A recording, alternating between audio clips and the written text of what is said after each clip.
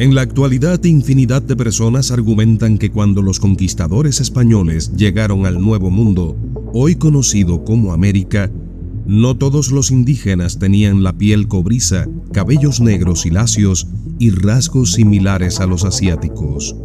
Muchos plantean que en diferentes puntos de la geografía del nuevo continente existían indígenas con rasgos europeos. Piel blanca, ojos claros y cabello rubio. ¿Algo así puede tener credibilidad en la actualidad? Los libros de historia no nos dicen nada de un descubrimiento precolombino de América por parte de los europeos, pero estudios más recientes afirman que los vikingos ya habían llegado a este continente antes que Colón, pero solo hasta un sitio muy al norte, muy lejos de Sudamérica, donde se afirma que desde los tiempos de la conquista española se tuvo encuentros con indígenas que tenían fisonomía caucásica. ¿Esto puede ser real? Hoy vamos a introducirnos en la historia y en aspectos ocultos de la misma e intentaremos encontrar una respuesta a este asunto que hace tambalear lo que comprendemos como cierto en la narrativa histórica del continente americano. Pero antes de entrar de lleno en el tema, nos ayudas mucho regalándonos un like y suscribiéndote al canal. Nada te cuesta y para nosotros es muy importante para continuar produciendo contenido de alto valor como este video que has comenzado a ver.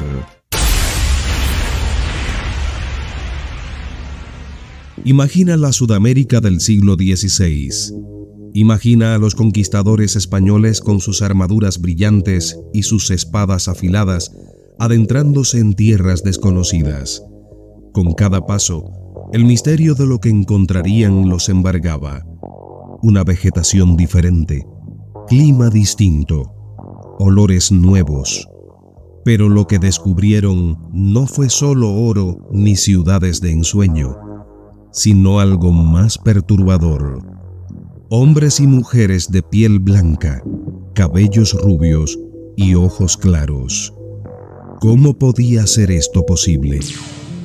Los testimonios de estos hallazgos, como los de Pedro Cieza de León y el propio Francisco Pizarro, describen a estas personas con rasgos europeos viviendo en tribus indígenas.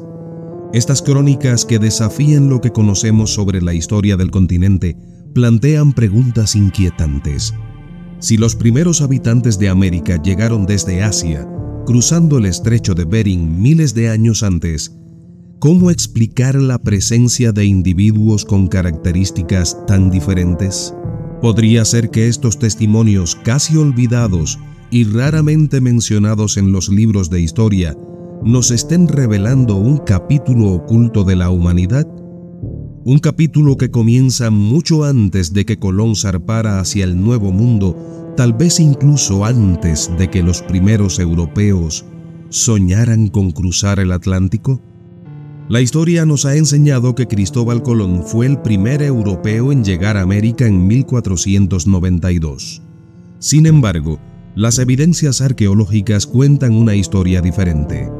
Lands Ox Meadows, un sitio en la costa de Terranova, en Canadá, nos muestra que los vikingos, esos guerreros nórdicos intrépidos, ya habían llegado al continente cerca del año 1000 después de Cristo, unos 500 años antes que Colón.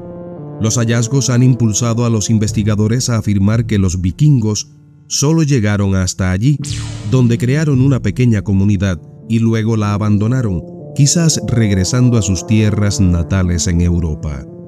Pero ¿realmente su aventurero viaje hasta estas nuevas tierras terminó allí? Hay teorías que sugieren que estos valientes navegantes no se detuvieron en las costas del norte, sino que continuaron su exploración hacia el sur, adentrándose en el continente americano, y que es muy posible que los vikingos hayan llegado a tierras tan lejanas como América del Sur, y que en su viaje se hayan encontrado con los nativos, mezclándose con ellos, dejando su huella genética a través de generaciones. Pero hay más.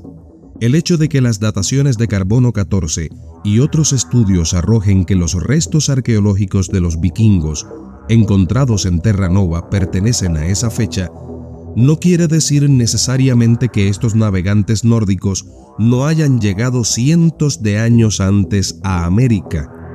Quizás solamente no hemos encontrado evidencias de ello, pero que están ahí, enterradas en algún lugar, o incluso circulando en la genética de los nativos americanos. ¿Podría ser que estos hombres y mujeres de cabellos dorados y ojos claros, mencionados por los conquistadores, fueran descendientes de los vikingos? La mezcla de culturas y razas habría dado lugar a nuevas generaciones de mestizos con rasgos europeos, una explicación plausible para estos testimonios desconcertantes. Pero, ¿es esta la única respuesta posible? Pues no. La historia nos ofrece aún más enigmas y posibilidades que nos llevan a un grupo aún más misterioso y poderoso. Los Caballeros Templarios fueron una de las órdenes más poderosas y enigmáticas de la Edad Media.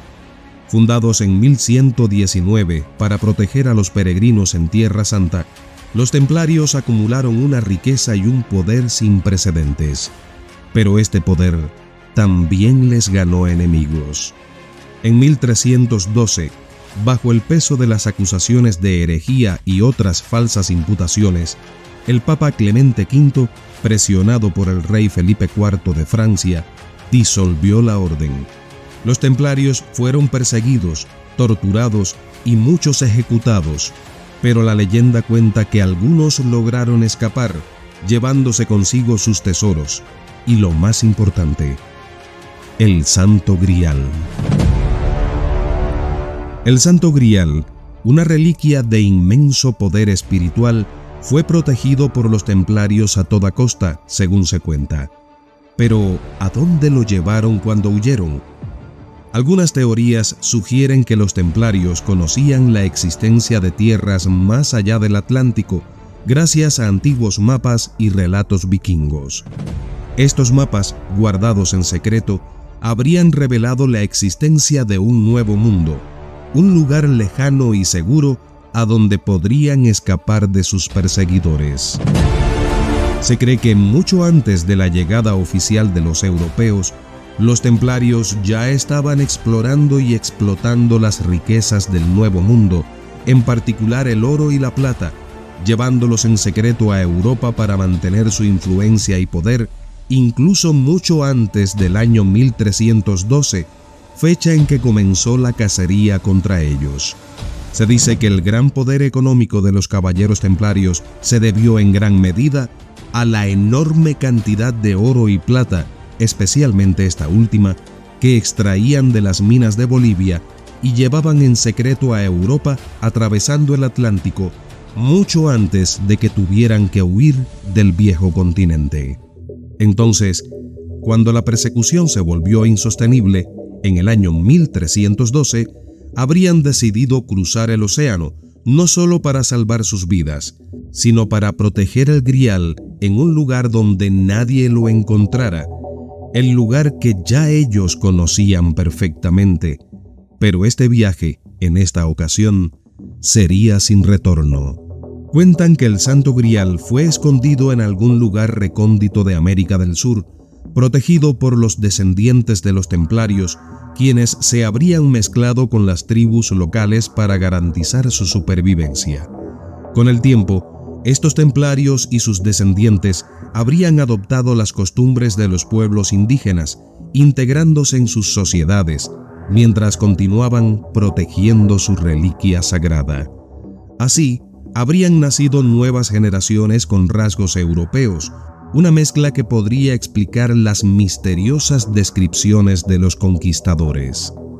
Incluso, existen versiones que plantean la posibilidad de que la casta de la nobleza inca fue descendiente de los vikingos o de los caballeros templarios, algo que podría ser muy cierto, pues se dice además que algunos miembros de la nobleza inca tenían rasgos diferentes en sus cuerpos, y el tan renombrado lenguaje secreto de los incas podría haber sido el idioma de aquellos vikingos o de los mismísimos templarios.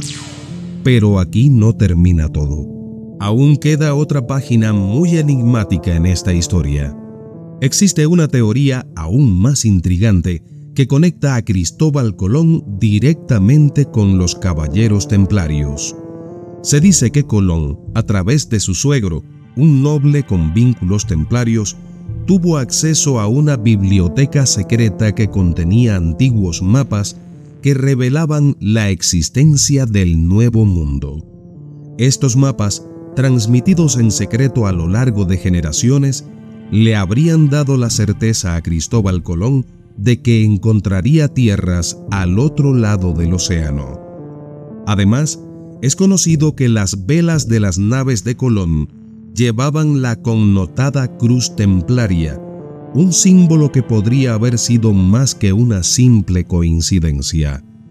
Y si este emblema fue un mensaje secreto a los templarios que ya estaban establecidos en América, un mensaje de que Colón no era un enemigo, sino un aliado, para que desde que fuese divisado desde tierra, supieran que las naves que se acercaban eran amigas y no los atacaran. Podría ser que Colón no solo buscaba nuevas rutas comerciales, sino que también cumplía una misión templaria, una misión para reunirse con los descendientes de la Orden en el Nuevo Mundo y así asegurar el control de las riquezas de América y proteger a toda costa el Santo Grial. Aunque no haya evidencia arqueológica o histórica concluyente de que esto haya sucedido, la posibilidad persiste en los márgenes de la historia oficial. Y sí, muy bien que pudo haber ocurrido de esta manera. Entonces, ¿cómo reconciliamos estos testimonios de conquistadores que afirman haber visto indígenas de rasgos europeos? ¿Por qué estos relatos tan impactantes han sido casi olvidados y no se enseñan en los libros de historia? Una explicación podría ser la existencia de una gran conspiración destinada a borrar cualquier rastro de la presencia templaria en América antes de la llegada de Colón. Tal vez aquellos que aún protegen el Santo Grial han logrado suprimir estas evidencias, manteniendo en secreto su legado para despistar a quienes continúan buscando la reliquia sagrada. Incluso, el hecho de que hasta el día de hoy no se haya encontrado el misterioso sitio de ocultamiento del famoso Santo Grial y que no se hayan encontrado los restos, ya sean momificados o no, de los reyes incas, deja mucho en el campo de las intensas dudas. La historia está llena de misterios que desafían nuestra comprensión. Tal vez el verdadero Santo Grial esté escondido aún en algún lugar de América, protegido por descendientes de los templarios y sus aliados, operando en las sombras, manteniendo viva la misión que comenzó hace siglos. Quizás incluso el mismo sitio en el que se encuentra escondido el Santo Grial es el lugar donde reposan todos los cuerpos de los reyes incas, ocultos para siempre, borrando las evidencias genéticas de los europeos mucho antes de la llegada de Cristóbal Colón al Nuevo Mundo. Un misterio que por ahora permanece sin resolver, pero que invita a seguir buscando, a seguir cuestionando, porque quizás, solo quizás, la verdad aún esté allí, oculta a simple vista. Varias son las crónicas que existen sobre estos individuos de rasgos caucásicos en el denominado Nuevo Mundo, y por ello nos dimos a la tarea de continuar investigando. Nos encontramos entonces con una página de la historia sudamericana que incluye a lo que hoy es Ecuador con respecto a tribus conformadas por personas blancas y rubias en el momento de la conquista española del territorio. Para que conozcas este capítulo casi desconocido, mantente atento a todo este video, pues te hará pensar muy seriamente en cuál es la verdad de nuestro origen. Y si eres de Ecuador, presta aún más atención. Pero antes de entrar de lleno en el tema, nos ayudas mucho regalándonos un like y suscribiéndote al canal. Nada te cuesta y para nosotros es muy importante para continuar produciendo contenido de alto valor como este video que has comenzado a ver. Al inicio de la conquista española del actual territorio ecuatoriano, Francisco Pizarro y Francisco de Orellana, amigos de la infancia y primos de sangre según algunas fuentes, estaban enfrascados en la búsqueda afanosa de la connotada ciudad perdida, El Dorado.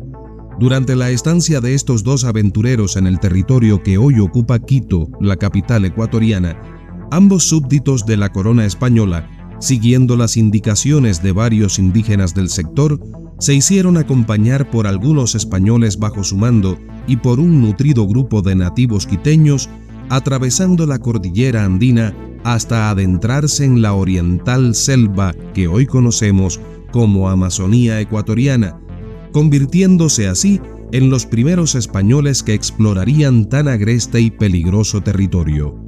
Esta aventura en busca de la Ciudad de Oro se convertiría en la que ocasionaría el accidental descubrimiento europeo del descomunal río Amazonas. Pero ese es tema de otro video que publicaremos próximamente. Remitámonos al intrigante e inesperado encuentro que sostuvo el conquistador Francisco de Orellana con los indígenas blancos en la Amazonía. Según las crónicas de la época, a muy escaso tiempo de adentrarse en la Amazonía y a poca distancia aún de los Andes del actual Ecuador, le ocurrió algo increíble al explorador español Francisco de Orellana. Él y sus acompañantes europeos no tenían por qué esperar algo así.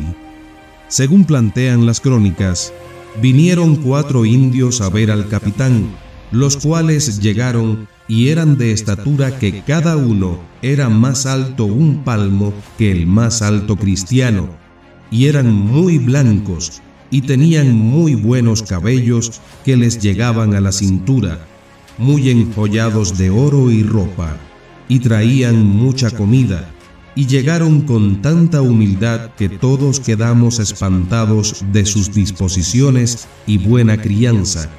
Sacaron mucha comida y la pusieron delante del capitán, y le dijeron cómo ellos eran vasallos de un señor muy grande, y que por su mandado venían a ver quién éramos, o qué queríamos, o dónde íbamos.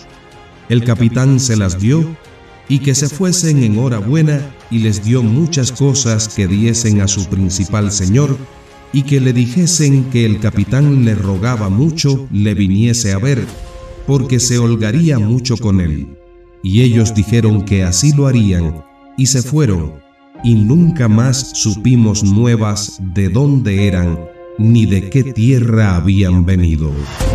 Según otros datos de la crónica, los indígenas de la región ya le habían hablado a Francisco de Orellana de unos hombres blancos, altos y rubios que vivían en ciudades más allá de la selva y que guardaban tesoros inmensos, algo que primeramente Orellana no creyó, pero al sostener el enigmático encuentro con aquellos 4 hombres blancos, rubios y altos, bien vestidos y de formas educadas, quienes preguntaron a los españoles sobre la intención que tenían y a lo que ellos respondieron, que buscaban convertir la región al cristianismo y someterles a la corona de Castilla, se despidieron y nunca más volvieron a encontrarlos, dejó perplejo al conquistador y sus acompañantes europeos.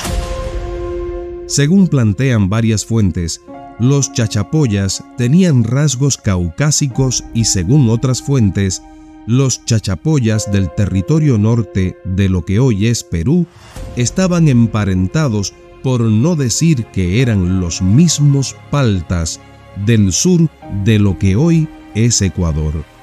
Si analizamos el área de asentamiento de los antiguos chachapoyas y el área ocupada por los antiguos paltas del actual Ecuador, podemos apreciar que muy probablemente hayan sido la misma etnia o emparentados de algún modo. Recordemos que en aquel entonces no existían las nefastas fronteras que hoy dividen a las naciones ecuatoriana y peruana. Tanto los chachapoyas como los paltas son reconocidos en las crónicas por haber enfrentado fieramente al ejército incaico antes que doblegarse. Y ambas culturas, por no atrevernos a decir que eran la misma, compartieron un territorio muy cercano uno del otro. Además, existen aseveraciones de que los paltas también tenían rasgos diferentes a las demás culturas indígenas de aquellos tiempos. Entonces, los indígenas rubios, altos, de piel blanca y ojos claros, que fueron al encuentro de Francisco de Orellana tras haber salido de Quito en busca de El Dorado, ¿podían haber sido unos enviados por los chachapoyas o tal vez del reino del Paititi? ¿O tal vez de algún otro centro poblado por blancos en pleno siglo XVI?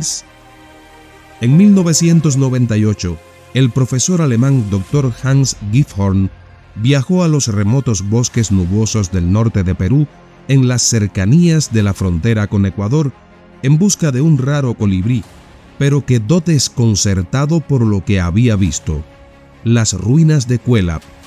Según sus exploraciones, Gifhorn razonó la hipótesis de que los chachapoyas habían emigrado del viejo mundo. Escribió que los viracochas, decían, eran una raza de divinos hombres blancos con barba. Eran tan parecidos a los españoles que los europeos se llamaron viracochas en el momento en que llegaron al imperio inca. El inca supuestamente pensó que eran los viracochas que habían vuelto navegando. Un caso similar supuestamente ocurrió entre los aztecas, Hernán Cortés, y su creencia de que él era Quetzalcóatl, otra o posiblemente la misma deidad mesoamericana de piel clara y barba que regresaba del otro lado del mar. Llegados a este punto, justo en este capítulo de la historia que pocos conocen sobre el encuentro de Francisco de Orellana tras su salida desde Quito en busca de la famosa Ciudad de Oro con 4 indígenas caucásicos, tras analizar fragmentos de las crónicas de la época, saltan varias preguntas que podrían ser refutadas por los defensores de las teorías conservadoras. ¿Los chachapoyas de entonces eran descendientes de europeos que llegaron mucho antes a lo que hoy es América? ¿Los chachapoyas del norte de lo que hoy es Perú eran la misma etnia o estaban emparentados con los paltas del sur de lo que hoy es Ecuador? ¿Eran blancos los chachapoyas y los paltas de entonces porque realmente existió una migración europea hacia América siglos antes de la llegada de Cristóbal Colón? Pero la principal pregunta ante todo esto es: ¿por qué, existiendo tantas evidencias al respecto, no existen estudios genéticos a profundidad para aclarar todos estos enigmas? ¿O sí existen, pero resulta conveniente mantenerlos en la oscuridad? Quizás un día lo sabremos. Por el momento, mantendremos muchas dudas, como debe haberlas tenido en su momento el aventurero Francisco de Orellana, cuando partió de Quito en busca de la Ciudad de Oro, y en cambio, encontró indígenas con cabellos dorados. ¿Qué opinas tú? ¿Qué más puedes agregar a todo esto? Te leo en los comentarios. Además, regálanos un like, suscríbete al canal y comparte este video en tus redes sociales. Pronto, volvemos con más.